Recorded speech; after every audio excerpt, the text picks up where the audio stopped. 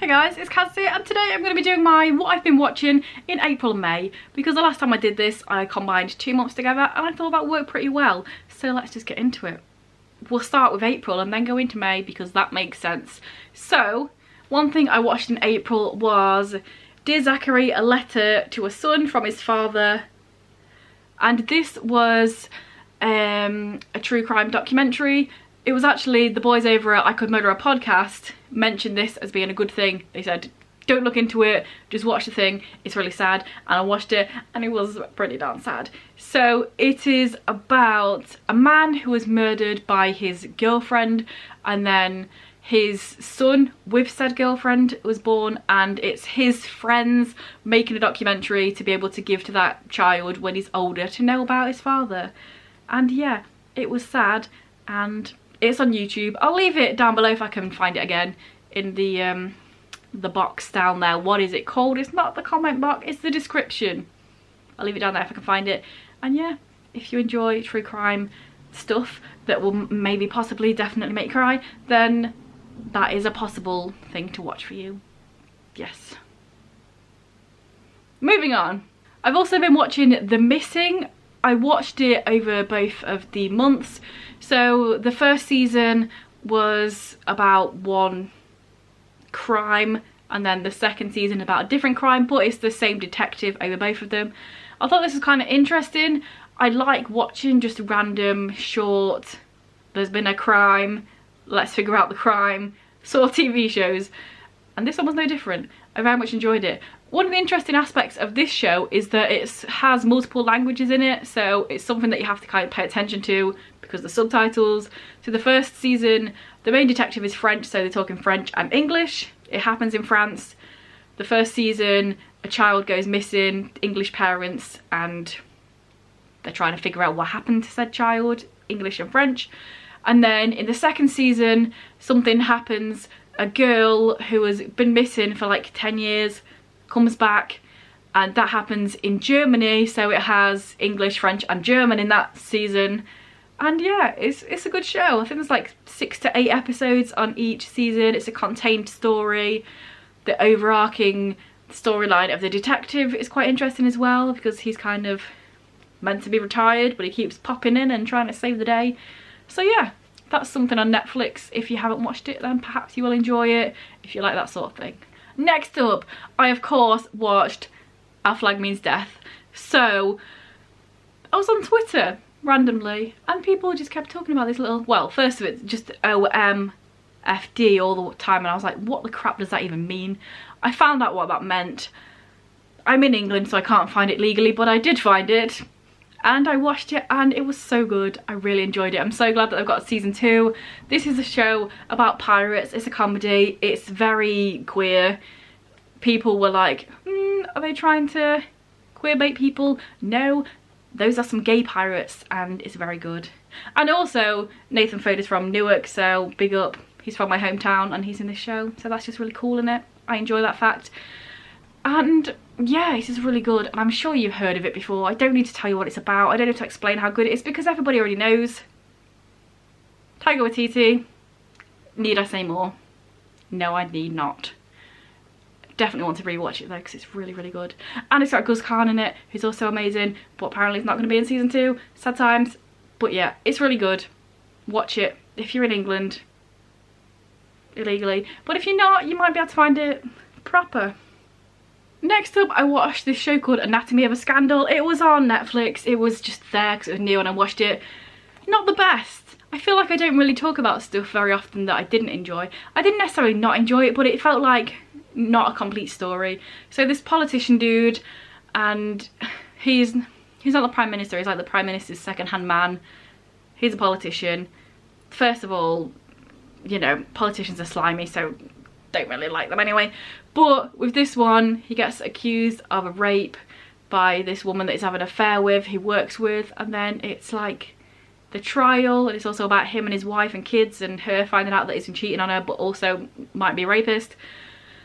And it's just really weird because the way it's filmed, it's like a normal show, and then the end of each episode there's like this really dramatic thing that makes no sense. And I don't even mean like a twist or reveal. Like one of them, it was walking down the street and someone was there, and then it goes like as if he's getting pushed back in slow motion, and it's just really weird, like a really dramatic thing that doesn't fit into the rest of the way that the show's written. It was really random, and it happened several times. Just at the end, it's like, oh, now you're falling down the stairs, but not really. It's like metaphorical, but also you can see it happening in the show, and it's just really weird. But yeah, I felt like that wrapped up really quickly. It's this contained story again, I think, and stuff happens, and then at the end, the last episode, it sort of was just like, it wrapped up a bit too quick. It was fine. I watched it, I started it, so I finished it. It wasn't the best though, so maybe just skip to the end just to see one of them dramatic fallings to know what I'm talking about if you want to. It was weird. It was random.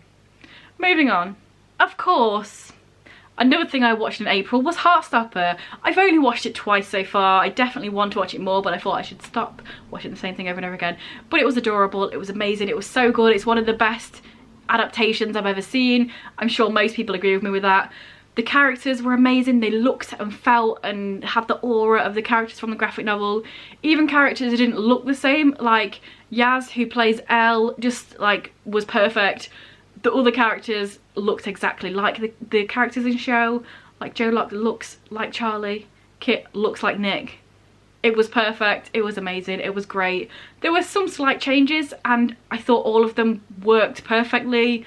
Little bits of story happening at different times than they did in the graphic novel, but it was just so good and so wholesome and so cute and so lovely, and I could watch it again over and over again, and I probably will. Let's not beat around the bush, it's gonna happen, innit? It was so good, everybody knows, everyone's already watched it. I did make a video that you probably didn't see about recommendations. If you loved Hearthstopper, then here are some book recommendations and film recommendations. There are 4 of each, so watch that, it'll be linked up there in the cards if you want. But yeah, if you want more wholesome content, then that's there. I'm sure you loved Hearthstopper, because how could you not? We're about halfway through, so let's head on over to a message from one of the Sponnies, and then I shall be back with the next month's viewings. It's too warm, don't you agree? It's too warm, Timmy. I agree.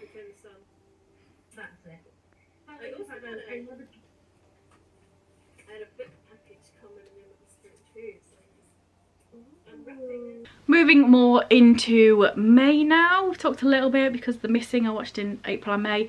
But the first thing I watched in May was Ackley Bridge, because the most recent season, season 4 I want to say, was put on Netflix, even though it's on channel 4, so I could have watched it anyway I think.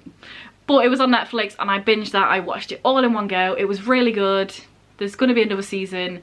It's just so good. Ackley Bridge is this show based in a school that's got a lot of different people in there. It's like the whole idea of the first season was having a school where a lot of like the Muslim people that lived in, I want to say Manchester, but that's probably wrong. I feel like it's Manchester because it's the same person that wrote Shameless, but it's like the Muslim community and then the white community all going into the same school, and it being like this school of all the different people and everybody mixing and all that jazz. And then it's just like the drama of school and different characters and different storylines going on, and it was really good, and it's just really easy to just binge watch, really all in one go.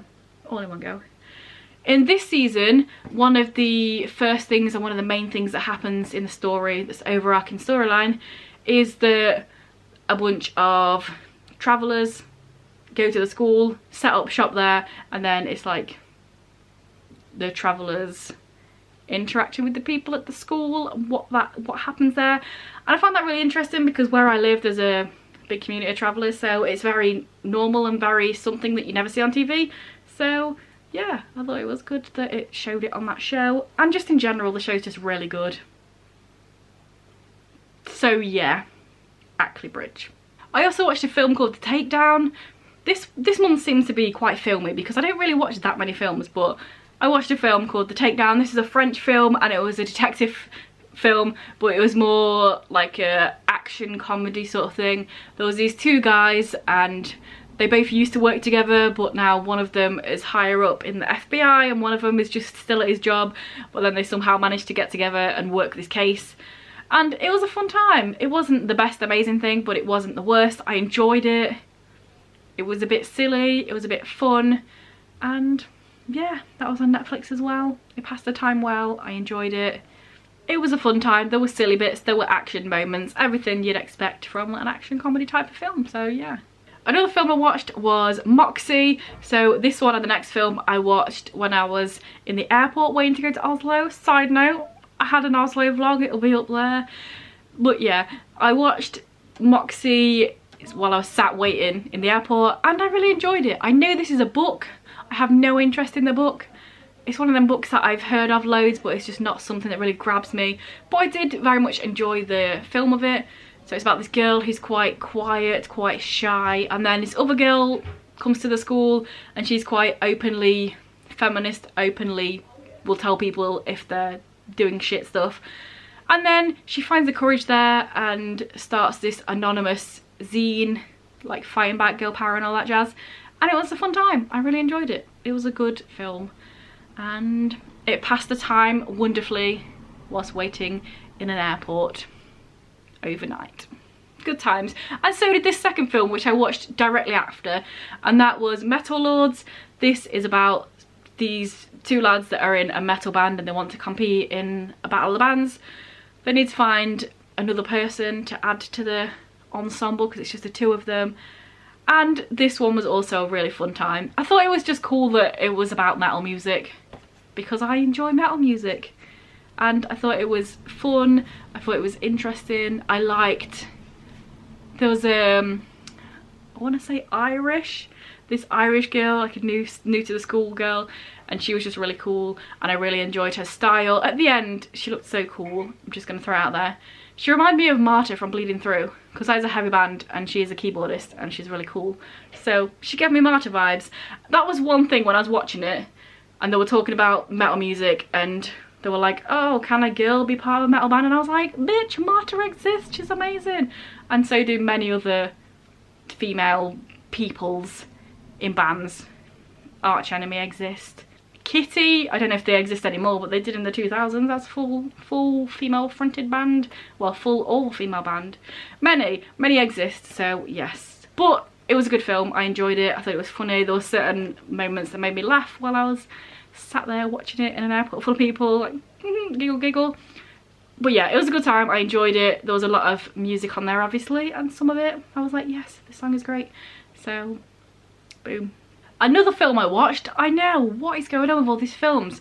I watched this with my mum, and that was Senior Year, which is also on Netflix. And it is the one where it's Rebel Wilson, who has been in a coma for like however many years. She wakes up as a full-grown adult, but she wants to go back to school to do her final year at school, and she wants to join the cheerleading club again and all that jazz, but it's like 2022, so it's very different. And I thought that was a fun time. It was one of those films that's just easy to watch and enjoyable, and you can just sit down and watch it with your fam and have a good time, so I enjoyed it. And then of course another thing that I started watching was Drag Race All Stars All Winners season, which I'm very much enjoying. I really like the whole format of nobody going home each week.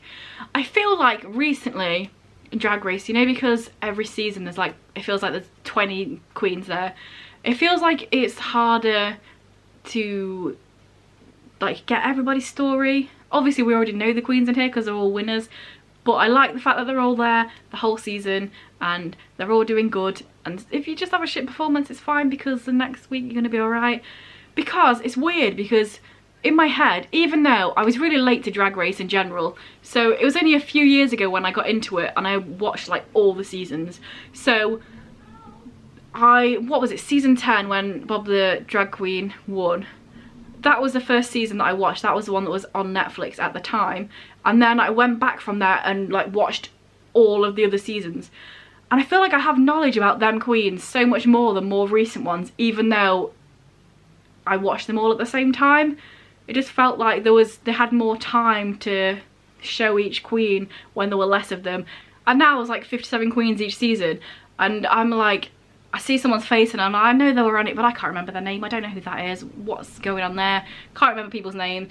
There's not that many iconic people, so Obviously I still watch it and enjoy it, but I really like this format of having them stay and having everybody do everything, and it's really good, and I'm very much enjoying the season so far.